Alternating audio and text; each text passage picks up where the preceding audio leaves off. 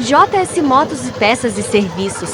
Cliente trouxe essa moto pra gente procurar o defeito, pois ela não estava carregando a bateria. Defeito encontrado, serviço concluído. Cliente satisfeito, obrigado pela preferência.